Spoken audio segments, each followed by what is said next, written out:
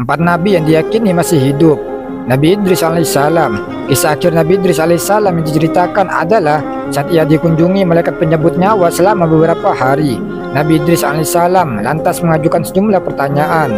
Di antaranya minta dicabut nyawanya, kemudian minta dihidupkan lagi atas izin Allah SWT, dan meminta melihat neraka dan surga. Ketika berada di surga, ia meninggalkan sandalnya di dalam. Ia lantas izin kepada malaikat untuk mengambilnya. Namun karena merasakan kenyamanan surga, Nabi Idris alaihissalam tidak mau keluar. Ia meminta malaikat meninggalkannya di surga, dan ia tetap berada di dalam surga sejak saat itu.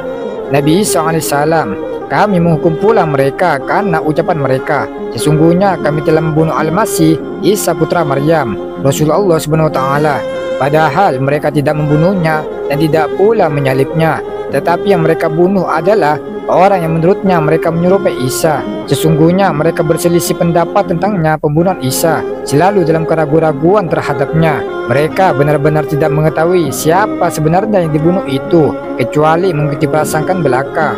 Jadi mereka tidak yakin telah membunuhnya.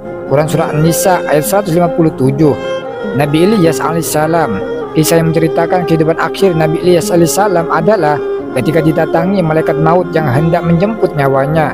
Mendengar hal itu, Nabi Ilyas alaihissalam bersedih dan menangis. Ia menyesal karena ketika ia meninggal, ia tidak bisa lagi berzikir kepada Allah SWT. Sementara orang yang masih hidup masih boleh terus berzikir memujinya.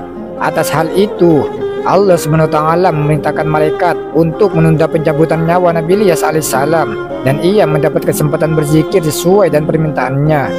Nabi Khidir alaihissalam. Nabi yang diyakini masih hidup lainnya adalah Nabi Khidir alaihissalam. Beliau tidak termasuk 10 nabi dan rasul yang wajib kita imani.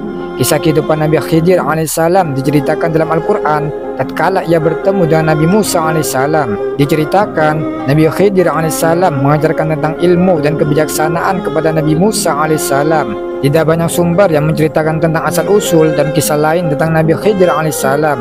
Hal ini lantaran memunculkan pendapat bahwa Nabi Khidir alaihissalam masih hidup hingga saat ini. Wallahu a'lam bishawab.